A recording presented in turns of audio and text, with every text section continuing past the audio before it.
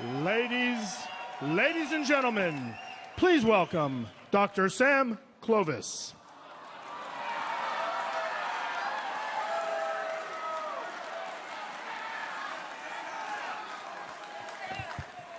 Wow, what a crowd. Thanks for showing up in Burlington, Iowa. How many of our friends do we have from across the river in Illinois here tonight?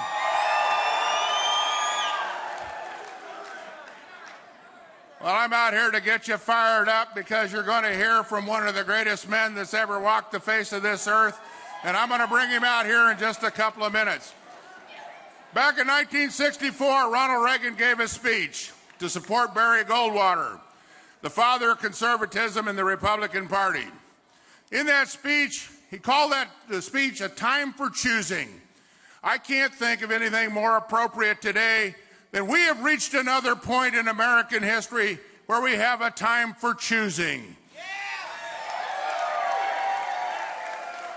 We have a chance to either go on to continue down the road where we have the ruling elites control everything inside of our lives, where they try to reach into our schools, they reach into our lunch pails, they reach into our trucks, and they try to take away our liberty. It's time we chose an alternative to that.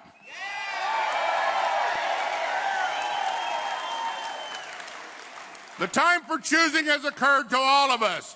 We have finally now have a person who is running for president of the United States that will actually do the things that he says he will do, because he's telling you exactly what he thinks, and he's saying the things that you think and the things that ought to be acted on.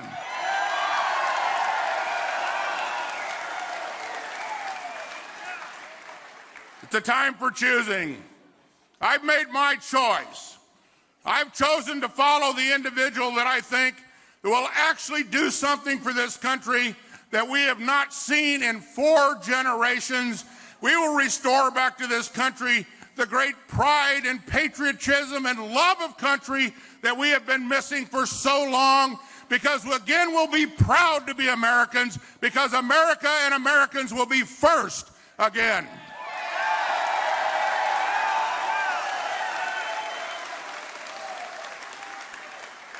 It's time you have an opportunity to hear from somebody who I think will alter the history of this great nation, much like Ronald Reagan did when he followed that path in 1980.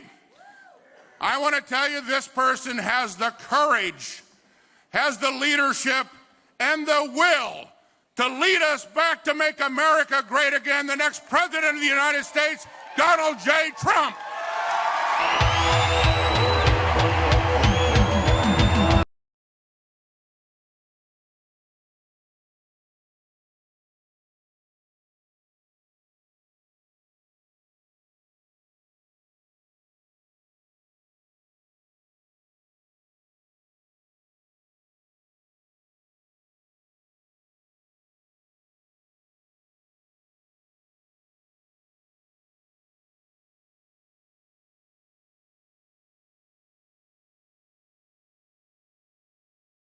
What a great crowd. Let's straighten that thing out. I like uniform. Look, see, it was a little crooked. I want that straight.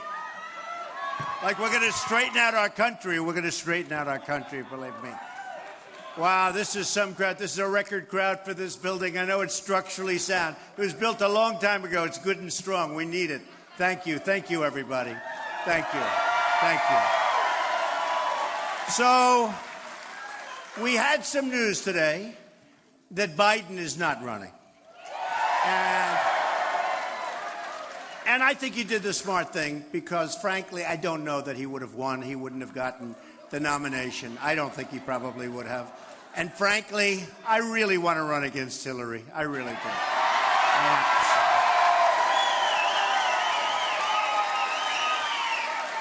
That's the one. That's the one I've been. You know, when you sort of like, if you have a baseball team or a football team, you sort of get your heart set on something. That's the one we want to go against, because you go against that record. You go against that record, you're just going to win. We're going to win. We're going to win big.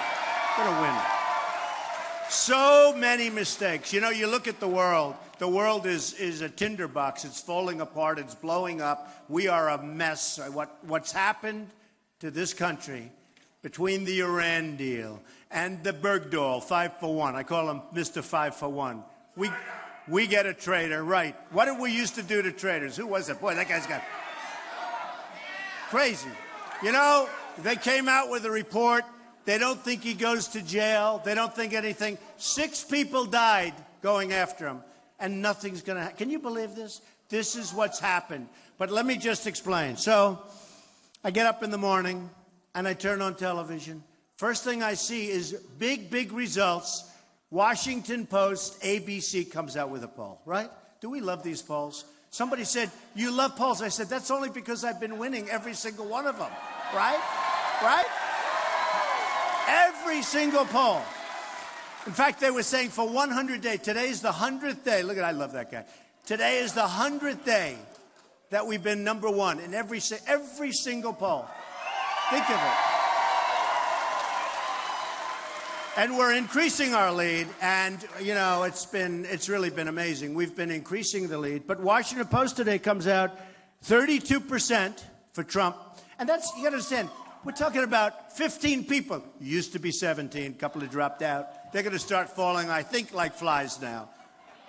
You know, when some of these guys have a 0 for weeks, it's almost like somebody said they do it for their brand. How is that good for your brand? One of them, Pataki, he had a 0 with an arrow going left. That means less than 0. I said, is that a mistake? Is that a mistake? So I don't know what they're doing, but a lot of people are going to start dropping out, which is good. You get a much better discussion going instead of having all these folks around, and the whole thing is ridiculous. But we're at 32%. We're leading everybody by a lot. The closest is 10% next. We had another one, Boston Herald in New Hampshire, just came out. 28%, second is 16. Think of that. 16. We have, oh, I love this one. And by the way, the people in Iowa, the people in New Hampshire, people in South Carolina first have been so unbelievable. The South Carolina poll is unbelievable, but we'll get to that. Morning Consult. This is the one I love. This is, you know, it's interesting. They do these polls. They take like 300 people. I'm saying, how can you do 300 people? Morning Consult, that's one of the big online polls. 41%. 41. Think of that. 41. You almost say, how do you get 41%? Think of it. When you have 15 people. If you had 41% with like 3 people, you have it made, right? But with 15 people. 41%, highly respected poll. Second is 14%. So it's 41-14, so that sounds good. Now, and you know we're winning, very importantly. In Iowa, we're winning, and we're winning big. We're winning big. Here's one that I love. Ohio, because I like Kasich. I think he's a good guy. In Ohio, we're 27%, and Kasich is at 12.5. Good governor, good guy, everything. I don't like his view on Common Core. I don't like a couple of his views, which is, you know. But he's a good guy, and he is a good guy. 27%, and Kasich, the governor, the sitting governor, is at 12.5. That just came. Another one that is incredible is Connecticut. Big state, Quinnipiac poll, 34-14. 34-14 to second. I love this one. By the way, a couple of the beating Hillary nationwide. Do you love that? That I love. That I love. Beating Hillary in numerous states and very substantially. And one just came out 2 days ago, beating Hillary in the state of Florida, which I love. Which I love. Now, the other thing I love, beating the governor of Florida, beating the sitting senator of Florida, who has the highest, well, think of this, has the highest lack of attendance, we'll say lack of attendance in the Senate. I mean, here's a go. You can't talk about working if you don't go to vote and you're a senator, right? Doesn't that make sense? But in Florida, I'm at 29%, and they're, I won't say, but they're really low. They're in the teens and less than the teens. And I tell the story where Rubio actually was a little below, and then he went a little above the governor. and they're in the 12s. And I tell the story all the time. I'm at 29. And the headline said, Rubio surges. I said, oh, what happened to Florida? It's true. I said, what happened to Florida? I was doing so well. And then I read the article. It says, well, Trump is at 29. Rubio surged past the governor. Big deal, okay? Oh, boy. We have one here, 35. And by the way, Pennsylvania beating everybody. OAN, 35%. Great company, great poll. 35-17. I mean, we are just, I love these polls. And I say to people, when they always say, you love to mention the polls, nobody else does. I said, that's because they're losing. They're not stupid people, right? They're losing. Oh, I could talk about these suckers all night long. I love them. I could talk about them all night long. So, New Jersey, great. Now, Jersey, and I like Chris Christie. He's a good guy, but I'm at 32. He's at 5. Which is a big, Reuters, 33-15. South Carolina, 36. I'm leading by 18 points. 18 points. That's a lot. You know, in golf, they say he's looking for the clubhouse, Johnny. He's just looking for the club. A lot of truth. We understand. The golfers understand that. We just want to get in, get this election going. I wish, you know, like some countries, they can call an election, right? They can call it. I want to call an election. Can we have it like tomorrow? I want to do it now. I want to do it now. South Carolina, 36%. 36. Lindsey Graham, the sitting senator, 3. He had another one where he did better. He was 5, but the 3 has superseded it. And he was nasty. Wasn't he a nasty? He's so nasty to me. Why? Why?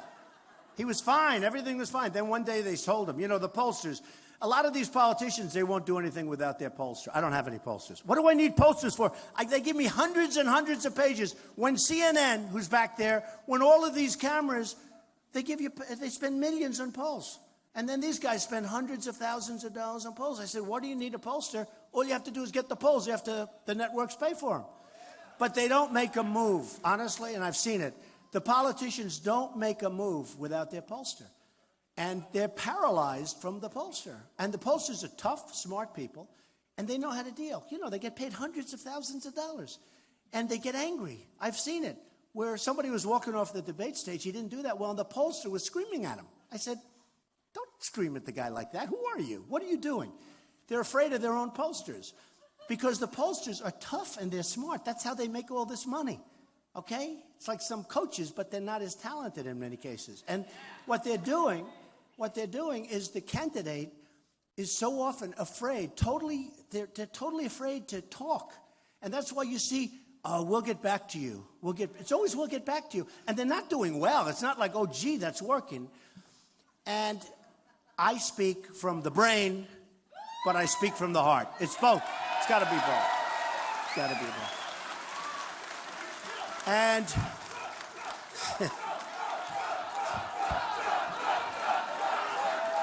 thank you. So nice. But look, we have to get moving. Political correctness, all of that. We've been hearing about that. I mean, it's true. I can't.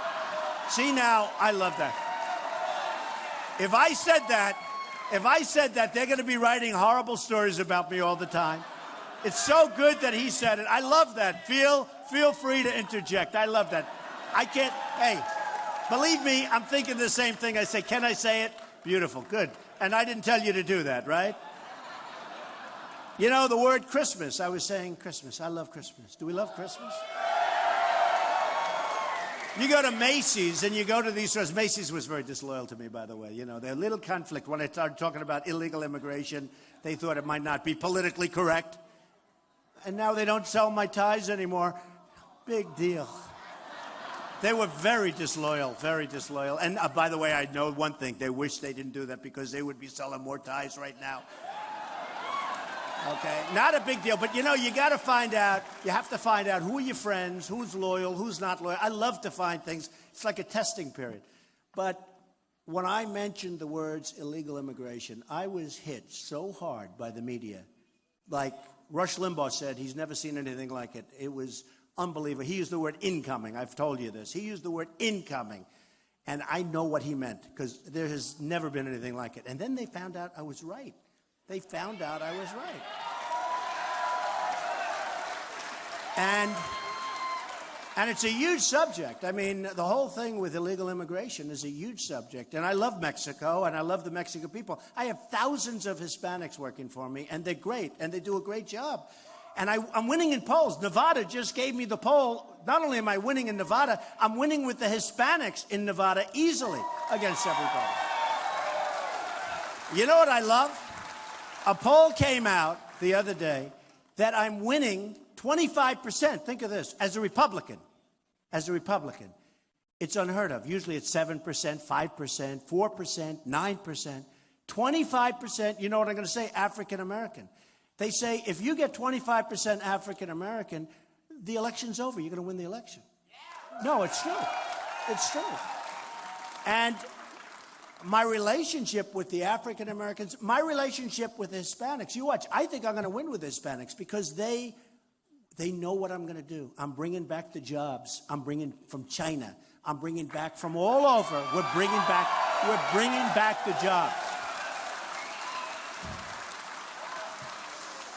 But we have to stop the nonsense where our people are so grossly incompetent. Our leaders, our representatives, our negotiators are so incompetent that it makes you just sick to think. I mean, think of these deals. I mentioned the Iran deal. Who would do a deal like this? Who would do a deal like this?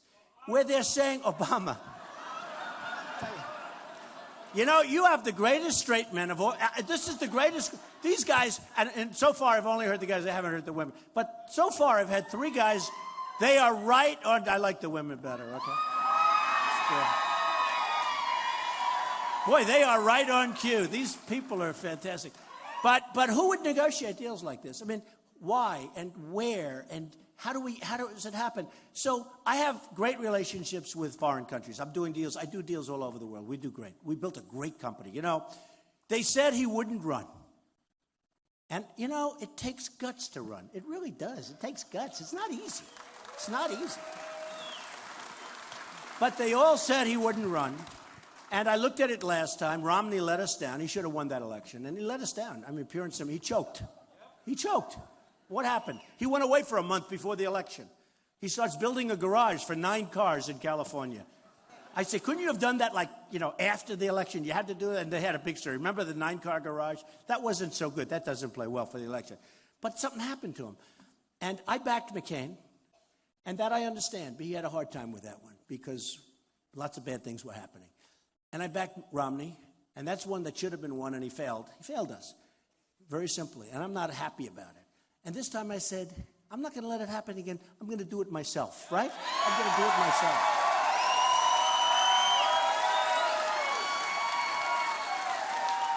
You ever, like, have a problem? I see the people in the audience, workers, hard workers like me. I'm a worker, but hard workers. And a lot of times, you know, you get people and you say, do it, do it, do it. It doesn't get done right. And then finally you say, okay, now I'm just doing it myself. That's what I'm doing here. I'm doing it.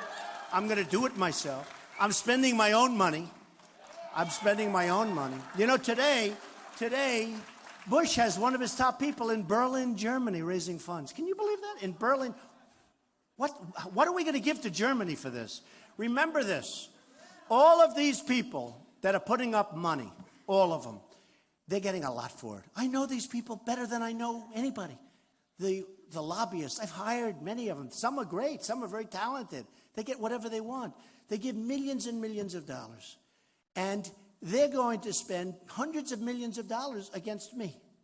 And frankly, I just hope people understand. When you see these attack ads, they call them attack ads. They try and demean, they lie, they're lies. But by the time you end up telling people it's a lie, the election's over. It's really unfair stuff. But they're going to spend hundreds of millions of dollars because this wasn't supposed to happen. Nobody controls me. I'm controlled by you people. I'm controlled by the people in the country. Nobody controls me.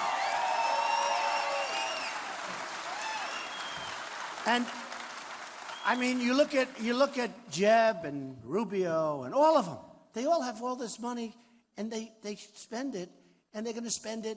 A lot of them. I mean, I'm reading these articles. I don't know. So far, everyone's attacked me has gone bing, but And maybe that'll keep happening. But I've never had $150 million spent on me saying bad things, okay? I've never had that happen. I will tell you, I'm a good Christian, okay? Remember that. And I told you about Christmas, and I guarantee if I become president, we're going to be saying Merry Christmas at every store. We're not going to be doing every store. Every store. The happy holiday, you can leave that over in the corner. Happy holiday, everybody. Enjoy it. But I'm saying Merry Christmas to whoever the hell wants to hear it.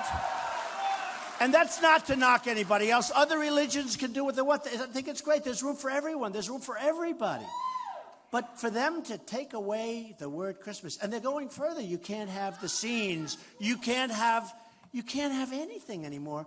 It's again, it becomes, like the gentleman said, it becomes politically correct not to use the word Christmas. That's not going to happen anymore, folks. It's not going to happen anymore. But when I tell people I'm Presbyterian, everyone says, you got to be kidding. Are you really? They like me more. It's always a nice thing to say. Usually I bring up the communion picture and I bring up so I love it. I actually walked on the stage last time with a Bible. People liked me much better. And it was my Bible signed by my mother with my address on it. And what they don't know is those days, everything was so nice. Nobody took anything. Today, you need addresses on things. Yeah, it's a little different. It's a little different out there. So we're going to do things differently. Here's one that I'm so happy about. Look, who is going to be the next president? Who's expected to win? Look at those charts. How beautiful. No, look at that. 42% say Donald Trump is going to win. Okay, 42%. 42%. Oh, I love it. Because we can do so much. We can do so much. So just to finish, hundreds of millions of dollars is out there. It's a terrible system. We have a terrible, complex system. Nobody even knows what it represents. The laws are so complicated. Nobody has any idea what it's all representing. But tremendous amounts of money are up there, and it's going to be spent. And it's going to be spent unfairly. It's going to be spent, I mean, it already is. It's being spent, and I'm doing something different. Now, the last time I was in Iowa, we had a tremendous crowd like this. And I said to the crowd, do you want me to spend money? Because I feel badly. When people want to give tremendous amounts of money and I'm turning it down. That hasn't been my history. I don't turn down money. My whole thing was I take all of the money. But I said to the crowd, supposing I took everything. And they put money in packs, and they put money all over the place. And supposing I took it, and I promise I won't do anything. They all stood up and said, don't do it, because they understand it. They understand. When somebody gives $5 million to Hillary, or $5 million to Jeb, who is doing very poorly in the polls, I just looked at this poll, 5%? I think I'm going to stop talking about him. I sort of thought he was going to be sort of a favorite. He's not doing so well. Who should I start talking about? I'm going to have to start hitting somebody else. I don't know. Maybe Rubio. Well, Rubio, I talk about it. Look, I always say, I have never seen a young person sweat like Rubio. Do we agree? I've never seen. He drinks more water. It's like he's like a machine. Drinks water, sweats, pours, gives a speech. Remember the State of the Union? He gave the retort. And he said, And it was bad if he had a glass. But this was a bottle of Mountain Dew or something. It's on national, and I said to my wife, did that just happen? And then I think about think of Putin. Pretty tough cookie, right? Who's the best to deal with Putin? Trump or Hillary? Give me a break. And I say to people, can you imagine Jeb or Putin? Oh, would that be easy for Putin? Putin is, he's drooling, okay? He's drooling because he wants it so bad. But anyway, I think Rubio, so I'm saying, you have to be cool. You have to really be cool. And Putin's sitting, and Rubio's going to meet him, and Rubio walks in, and he's sweating, and he's pouring down. Putin's going to look at him and say, what the hell's wrong with this guy? It's true. He's not a good poker player, right? He wouldn't be good at poker. Hey, look, I'm sure he's a nice guy. I really don't know him, but I'm sure he's a very nice person. But we're beyond nice people. And I think I'm a nice person. I think I am. I'm a nice person. A woman said to me at a rally where we had, I think, 9,000 people. It was incredible. It was in New Hampshire. She said, Mr. Trump, I'm voting for you. I love you. You're really the guy. You know. But do you think you're nice enough to be president? And I said, this is an election that's going to be, and first of all, I said, I'm really nice, but there's going to be an election based on competence, not niceness. We have enough. We have enough. We have enough. We need people of extraordinary competence. And we have them in our country. We have them in this room. We have people that are negotiating trade deals with us and for us that are political hacks. They're ambassadors. They're nice people. Some aren't nice people, but they're not talented at what they do. I have the greatest business minds in the world because we have them in this country. I don't want to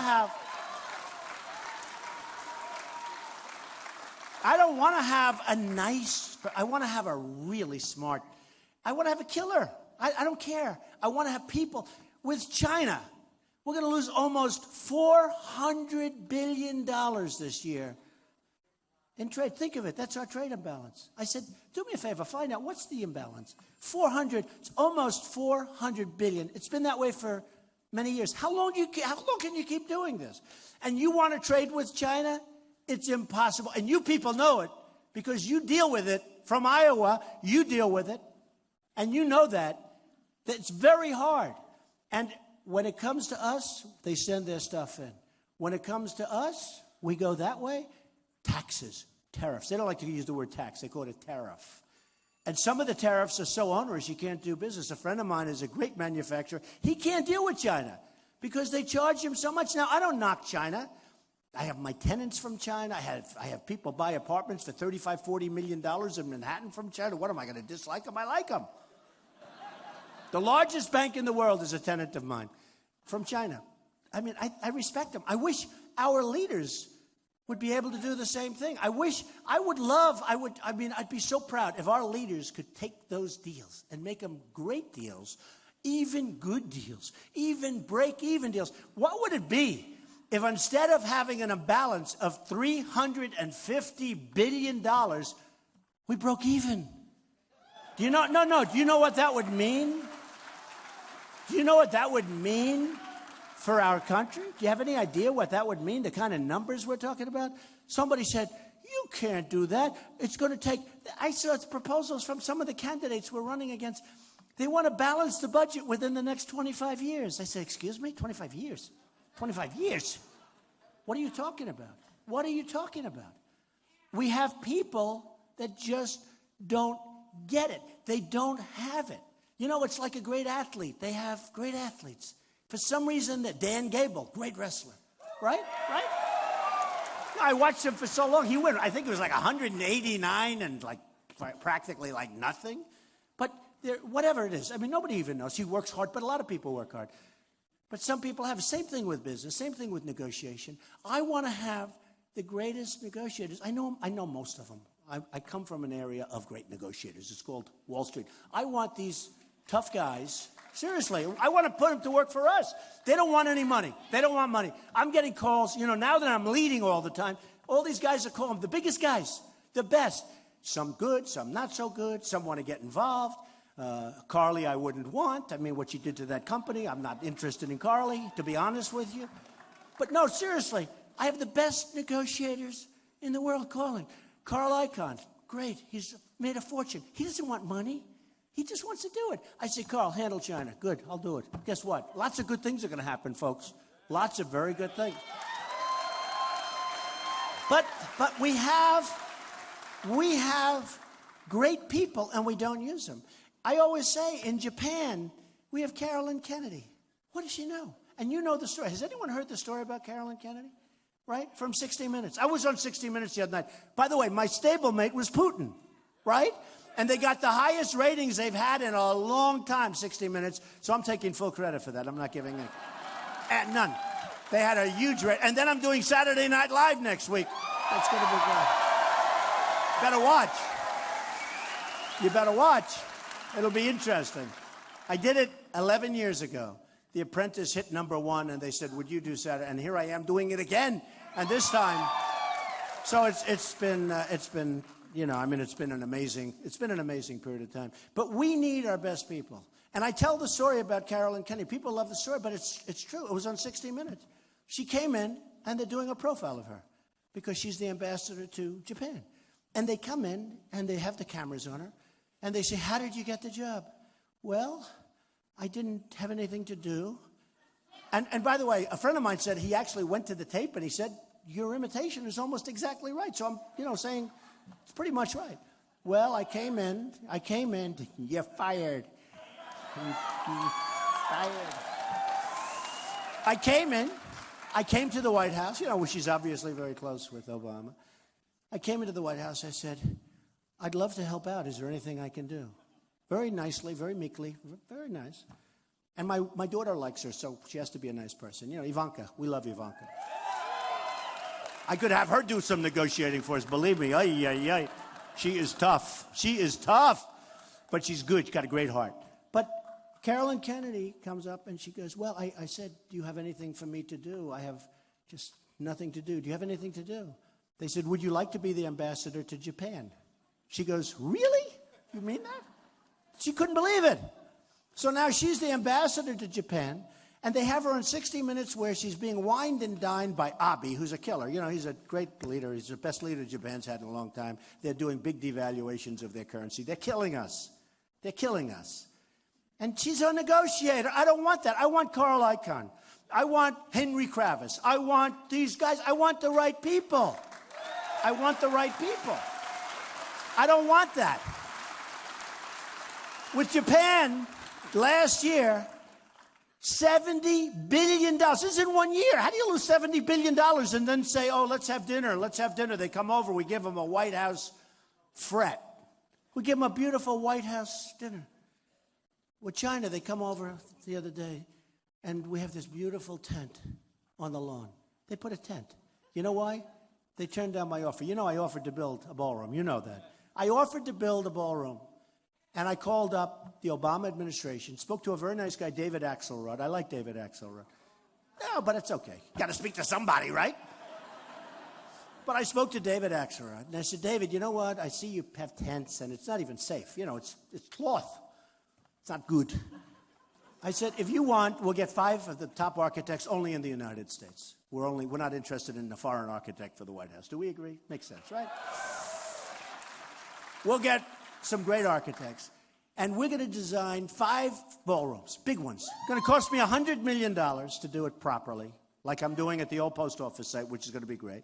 We're going to design 5 ballrooms by 5 different architects, put all your people in charge. I will pay for it 100%, and we'll get just the right. We'll go out to the critics. We'll get one that everybody loves. We'll put them together. We'll do whatever we have to do. It'll be so beautiful. It'll be great. I never heard from them. Nobody ever called me. Nobody ever called. I was going to give them a $100 million gift. More. I would have spent more, although I can probably do it for much less, to be honest with you. I'm good at that. I'm good. Believe me, I'm good. But I never heard back from David. He never called me back. He never called me back. And I said, sort of, I didn't mind. You know, I don't mind saving $100 million or something. But I said, I was just in this mood. I said, you know, it doesn't make sense. You have these big state dinners, and they're in tents. And I guarantee you, the guy that owns the tent, because I don't think it's owned by the White House folks, meaning us.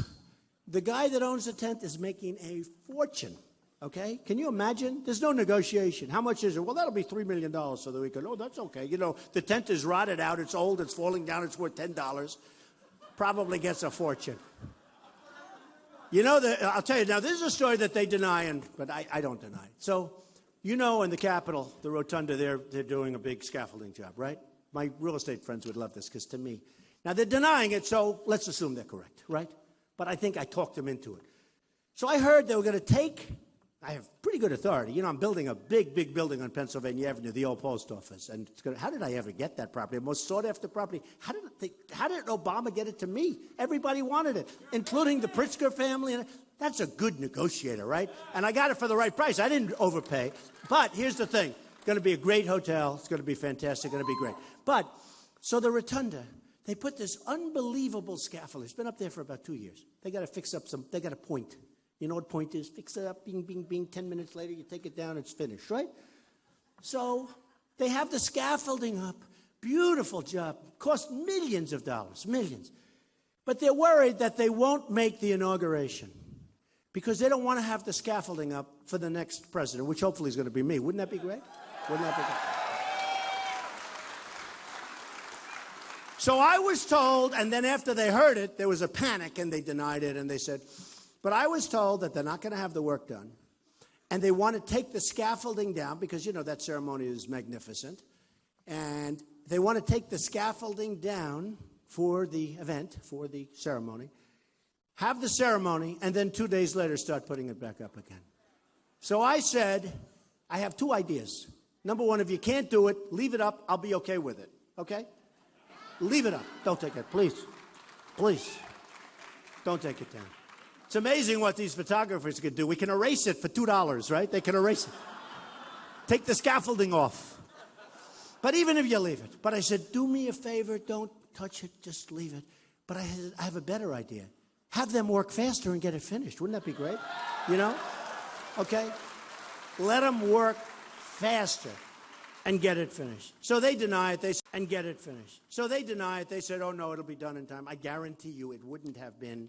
And I have it from a very good source. It would not have been. But now I'll bet you because of what I've been doing, because I've been using that and I've been telling people about that, and people find it terrible. I think they'll probably get it done. I can imagine what they're paying in overtime. Wouldn't that be terrible? Okay, let me check out that bill.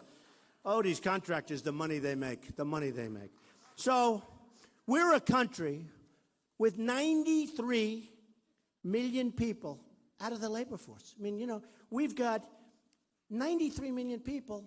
Many of those people want to work. And they can't.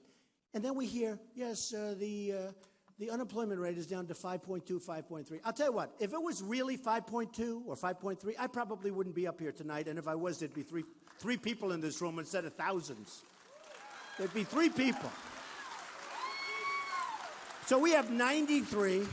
And if you really superimpose, I was always pretty good at this stuff, you could very well have, I mean, you could have a 30% unemployment rate, real rate. I'm talking about a real rate. You know the story, you look for a job, you keep looking. 3 months later, you say, I can't do it anymore, I can't look, I got to take a rest. You go home, you stop looking. You're now considered statistically employed. And the reason that is because it's for politicians. They always want to look good. What does that have to do with unemployment? So I think you have, actually, an economist and a very smart guy 2 weeks ago said the real number is 42%. So let's say that's high. But let's say it's 30 or 25 or 20 or 15. One thing we know, it's not 5.2, 5.3. Got 100 million people close. We have 50 million people in poverty and with no hope of getting out because there's no incentive, there's no drive. We're run by the great divider. He divides everybody. And I thought, actually, when Obama won, I thought that he would be a unifier. One thing I thought. I said, I don't know if he's going to be good. And I would love him to be a great president. By the way, I'm speaking again. I would love him. If he would be a great president, I'd be very happy. I don't mind staying in my business, running my business, having fun, doing what I'm doing. I would love him. I know it's not nice to say I'm a Republican, I'm conservative. I don't want to say. But if he would do a great job, I'd be very happy. So would most of the people in this room. It's not working that way, folks, and it's not going to happen. It's not going to happen. So we have 50 million people in poverty. We have 46 million people on food stamps. We've got tremendous problems with Obamacare. You know, your premiums, in case you haven't noticed, are up 45%, 38%. Some person said to me, it wasn't 45%, Mr. Trump. Shout it out from the audience. I think maybe an Obama fan, but shout it out from the audience. Wasn't 45. I said, oh, yeah. I said, maybe I'm in trouble. What is it? It's 38%, sir. Oh, fine. That's fine. 38%. And some of them are up 50%. Your deductibles are through the roof. Your deductibles are through the roof. Unless you get hit with a Komatsu tractor, because Komatsu is doing very well because, you know, what happened with Japan. They've devalued their currency. Caterpillar's having a very hard time. You know that, right? They're having a very, very hard time. Very, very hard time. But unless you get hit by a Komatsu tractor coming right out of Japan, the deductible is so high, it's never going to, you have to die. And then it doesn't work because that's not what deductibles are supposed to be. So you got huge increases, and we have to repeal and replace Obamacare with something great. We have to do it. We have to do it.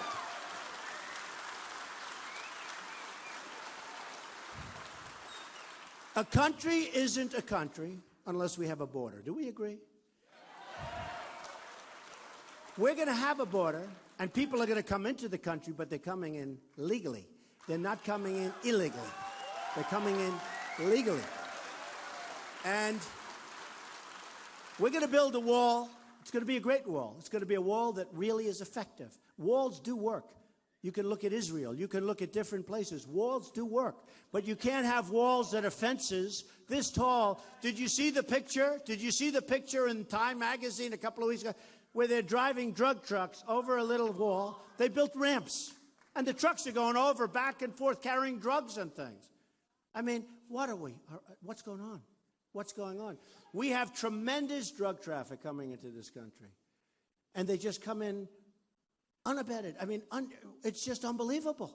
And we allow it to happen. We're going to have a wall. We're going to have a great wall. And Mexico's going to pay for it. And remember I said that. Just remember I said it. And just so you understand, I love Mexico.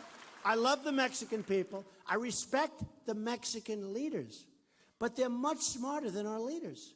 Much smarter. They're getting away with murder. They tell me that. They tell me that. China.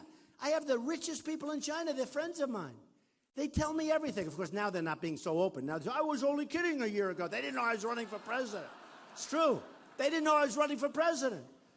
But Mexico, if you don't think they send people in, Kate, beautiful Kate from San Francisco, shot in the back by a man that was pushed in my opinion, pushed in 5 times, maybe 6 times, maybe 8 times. Nobody even knows. But he wasn't supposed to be here. And he shot her in the back. 3 weeks ago, you had a woman raped in California, a 66-year-old woman, a veteran.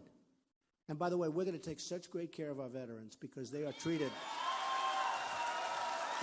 so badly. So badly.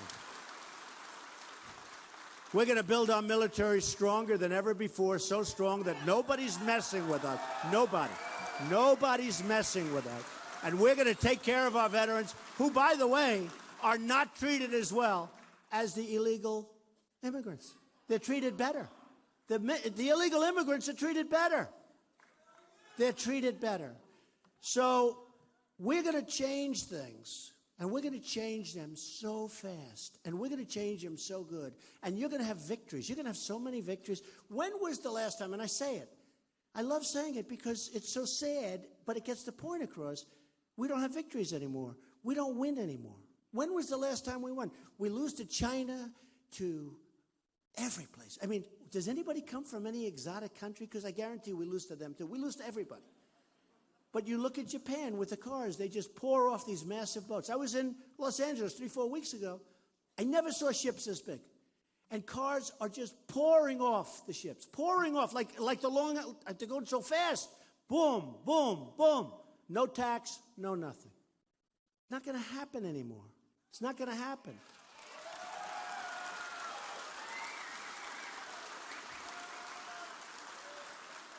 It's unfair. It's unfair. It's incompetent. You don't even know. I mean, some people think there's evil intention because how can anybody be that stupid? I don't think it's evil intention. I really don't. I mean, I know people in this room think it's evil intention. But how can they do it? How can they allow it to happen? We give them beef, Japan. And then they send the beef back, which is not good for the quality of the beef, by the way, back and forth. And you people know it because you do trading. And you do it's so hard. They don't want our product. And yet we take their product, no tax, just come on in. I tell the story, and I love this story, and I could use different because there's so many different companies I could use. You know, in Tennessee, a big car factory was going to be built. They decided to go instead, as you probably have heard, to Mexico. Big, big, massive plant. In Nabisco, I have some property, a beautiful property in Chicago. Nabisco's moving its plant out. They make Oreos. They're moving its plant out of Chicago. They're putting it in Mexico. How does that help us? With our trade deals, our brilliant trade deals. We're losing everything. We're losing our jobs. The one I love to talk about is Ford, though. They're building a $2.5 billion factory. $2.5 billion. You know what that is? It's a one-story building. You know what two and a half means? You're going forever. It's massive. They're going to sell cars, trucks, and parts. and they're going to sell them into our country. Now, they're taking and they're going to close places in Michigan and all over the country, and I don't want that. And I said, supposing I was president, I can tell you what I do. But now take Hillary. Let's say she's president. Do you think she's even going to know that it's happening? She's not going to know.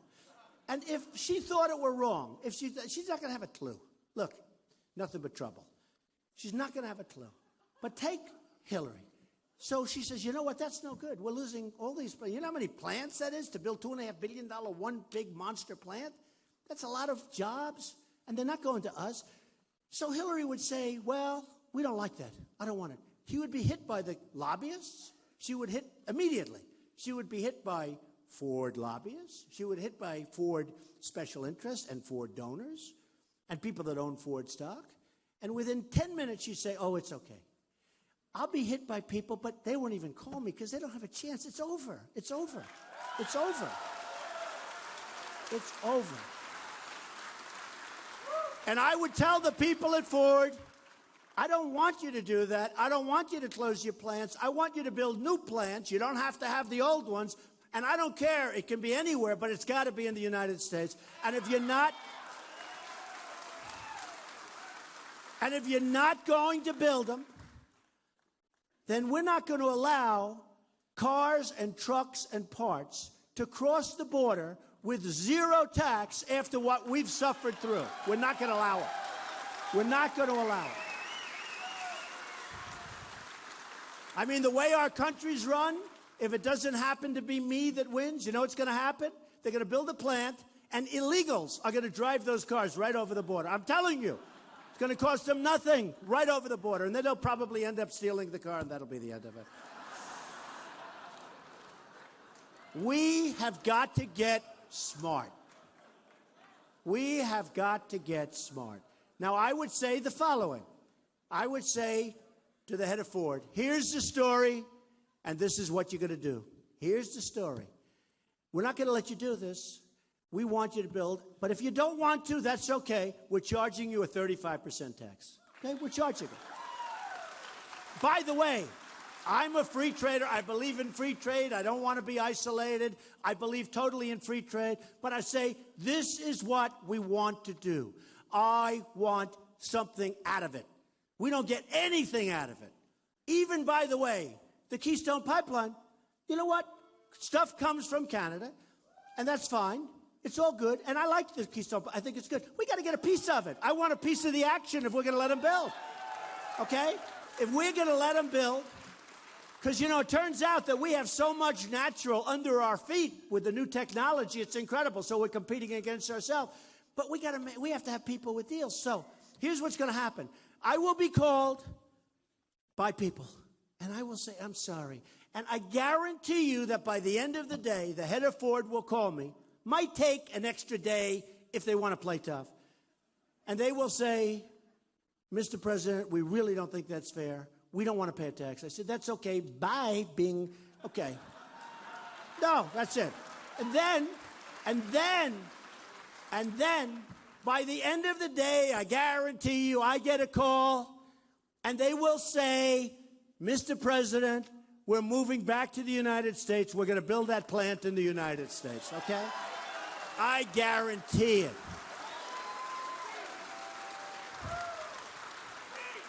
And by the way, that one's so easy, I wouldn't even waste the time of my negotiators to be it. That one's too easy, okay? That one, believe me, is so easy. Same with Nabisco. And again, Mexico, great. I just don't want them taking all our business. You look at what happened to New England. I mean, the business that poured out of New England. With all of that happened, the business that poured out is unbelievable. You see factories all over the place. Some are converted to apartments, and they're converted to other things, but the apartments don't bring in the rate. That's for sure. We need jobs. We don't need apartments. We don't need apartments. I have apartments.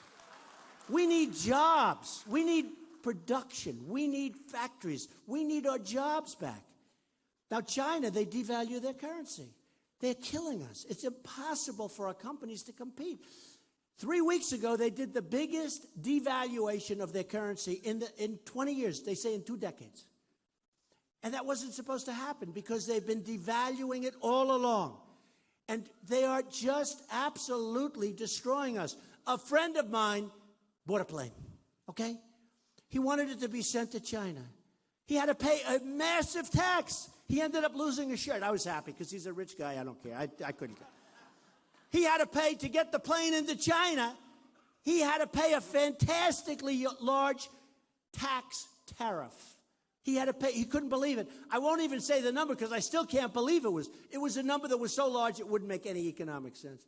Because they don't want planes that are built here. They don't want other things that are built here. They charge. You can't get your stuff in there tax-free. You can't even get in there. But if you do, you can't. It's unfair. And that's why we're losing almost $400 billion a year. And they look at us and they say, they are the dumbest human beings on earth. It's true. That's not going to happen anymore. Boeing just placed a big order. They're buying 300 Boeings. Beautiful plane. I have one, so I like it, you know. But it's great. 300 planes. But you know what they're doing? They want all their technology. They want them to build factories in China. They want the planes manufactured over there. Boeing's going to start building massive plane assembly plants and factories for the production of aircraft in China. Why? Why? That's not good. In South Carolina, they have Boeing. In Seattle, they have Boeing. I want them to expand here. I don't want them to do that. I don't want them to do that. So I passed a tax bill, and we put it through everybody, and everyone loves it. We're lowering taxes substantially. You know, we're the highest taxed nation in the world. We're bringing corporate taxes and small business taxes down 15. We're bringing them down to 15%. That's right. We're simplifying the tax code. We're going to have 4 tranches. It's going to be so beautiful. It's going to be so dynamic. It's gotten some great reviews. You know, you always have somebody that doesn't like it. We don't like it. But we have to do it. You have corporate inversion. Nobody knows what it is. Companies, big companies, have trillions of dollars, 2.5 trillion offshore out of the country. They can't get the money back in. And to show you how paralyzed Washington is, the Democrats and the Republicans want to bring that money back. That's been going on for 4 years. They can't pass it, but everybody agrees. I mean, they want to bring the money back. It's too complicated and it's too expensive because the tax is so high. I want the money to come back. It's part of what I'm doing. And that money, trillions of dollars. Now, the $2.5 trillion, I think, is a low number. Nobody even knows what the number is. It's massive. But a lot of companies are going to be leaving the United States to go get that money. They are going to now move out of the United States, and these are big, strong, powerful companies with thousands and thousands of jobs. And they're also going to get a better tax deal. So they're going to Ireland, and they're going to lots of different places. And it's called corporate inversion. It's going to be the biggest problem unless we have competent leadership. And the amazing thing about this one is everybody agrees, but they can't get it signed. They can't get a deal. And they all agree. And this is what we have. We have total gridlock in Washington. We have people that just don't have it. They shouldn't be doing it. And you know the amazing thing, and you've seen it, people get elected, and they're strong, and they're tough, and they go to Washington. And they're very conservative. And we're going to get rid of Obamacare. And we're going to get rid of this and that. And we're going to bring the money back into... And they go to Washington. And all of a sudden, they're in this gorgeous building. Maybe even nicer than this one. They're in this gorgeous, beautiful columns. The beautiful ceilings. Everything's so beautiful. They look at their wife or they look at their husband and say, oh, this is incredible. We've made it. Look at this. And they become nothing. They get elected. They get elected to make things right. And they get to Washington and they become, he said it, wimps. They become, something happens to them. Something happens to them. So they want to stay there. You know what happens? They get good at getting reelected. That's all they care about. One thing I can tell you, I get to Washington, it's not going to happen to Trump. Not going to happen to Trump. It's not going to happen to Trump. So we're going to take care of women's health issues. You know, women have lots of issues where they have the tremendous health care issues, tremendous, that people don't even talk about. We're going to take care of women and women's health care issues. We're going to take care of so many different things. We are going to make our country rich again. We have to make it rich. Somebody said to me, but that's not really nice to say rich. Well, unless we're going to, right, we owe $19 trillion. We're third world. You look at our airports, our roads. You look at everything. We're third world. I go to Qatar. I go to these places, these incredible exotic places. I see airports. We don't have anything in our country like it by a factor of 10. You see airports in Dubai. You see airports in China. You see airports in Saudi Arabia. You've never seen anything like it. We come home, we land at LaGuardia with the potholes in the runway. It's true. They say you can't land, sir. They're fixing the potholes. It's true. It's a disgrace. We used to be emulated. We used to be the ones that people would look up to. We have the greatest resources. What we have is the people. We have really smart people. We have great people. We don't use our best people. We don't use them. But the bottom line, and I think the reason, and you know what? We have a full packed house tonight, thousands of people. But honestly, everywhere I go, and I don't know it's me. I think it's not me. I hope it's not me. It's the message. There's a movement going on. There's actually a movement going on. It's a strong movement. It's a strong movement. You know, they used to call it the silent majority. It's not silent. It doesn't work. The term doesn't work. Because I have seen, I go to Dallas. Okay? Mark Cuban calls. Good guy. Calls me, do you want to use the stadium for the Mavericks? Yeah. When? I call him. It's a Thursday. We go there on Monday. We have 20,000 people. We had 35,000 people in Mobile, Alabama. We had 20,000 people in Oklahoma. Every place we go to in Iowa, we're packed. You know that. People standing outside trying to get in.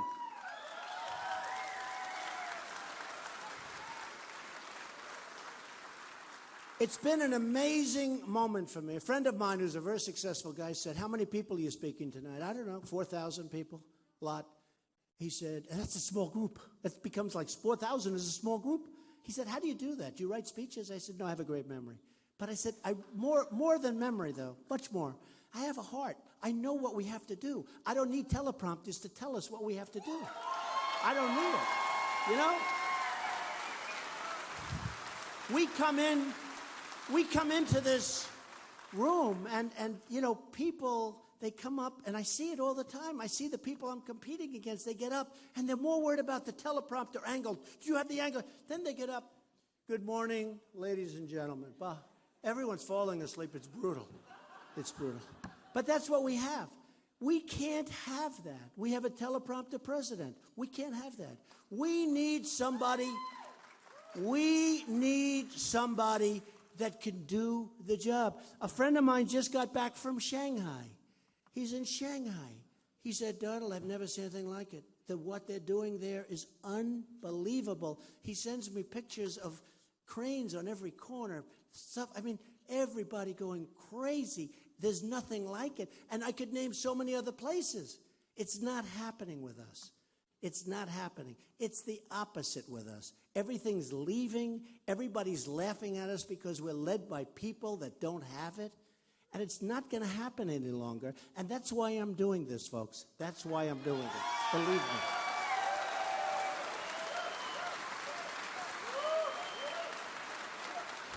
And I will tell you, I will be the greatest jobs president that God has ever created. That I can tell you.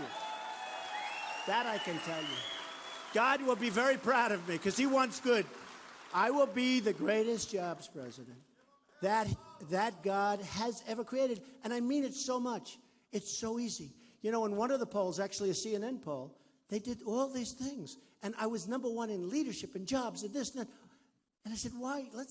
Those are important things. We will do something that's going to be so spectacular. Now, I always say, and the whole theme of what I'm doing is make America great again. Again.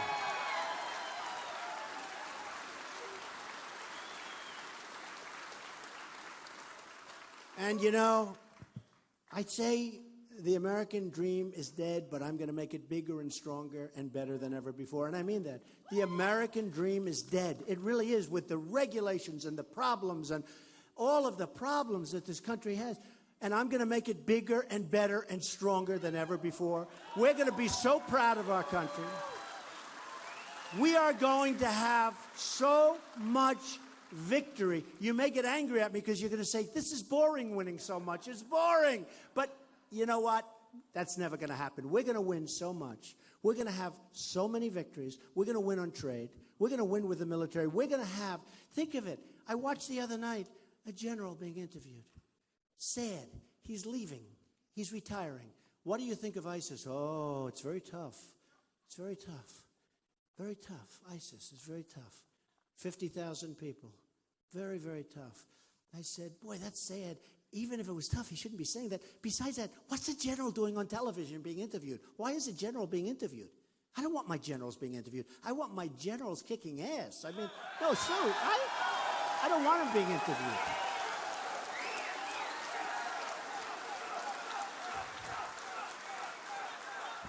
I will find the General Patton, or I will find the General MacArthur. We have them. We have them. They're probably not politically. Remember, we got rid of, I won't use his name, we got rid of a very good general because he was too rough, and he used foul language, and he was rough, and his men all loved him. You know who I'm talking about, right? Right. He was a rough guy. That's what we want. I want smart. Number one, smart. But we want tough. We want people. So when I see, as an example, President Obama, we will be leaving Iraq. We should have never gone in all fairness, okay? We spent $2 trillion, thousands of lives, wounded warriors who I love all over the place. We got nothing. We took nothing. Remember I said, look, you shouldn't have gone in because you destabilized the Middle East. But now if you're getting out, keep the oil. You know where's the oil now? Iran and ISIS has the oil. Remember they said how mean I was because I said keep the oil? Remember they said, everybody, all the pundits, the great geniuses on television, well, Trump will run, but he won't do very well. He should be out within 1 week. Well, you know, I've been on top a long time, folks, a long time. But these same geniuses, these same pundits, I call them the talking heads, right? These same pundits on television, they said, well, you know, you can't keep the oil because this is a sovereign country. It's Iraq. Iraq is a sovereign country. It's broken up. Nobody knows what the hell. There is no Iraq. You know what's happening to Iraq? Iran is taking over Iraq because we were so stupid. We ruined it. And what happens now, Iran goes over, takes the oil, takes all the resources, takes everything. We get nothing. Now they go into Syria with Russia. We're sitting here like a bunch of dopes. We're run by people that are totally and grossly incompetent. It's not going to happen anymore. It's not going to happen anymore.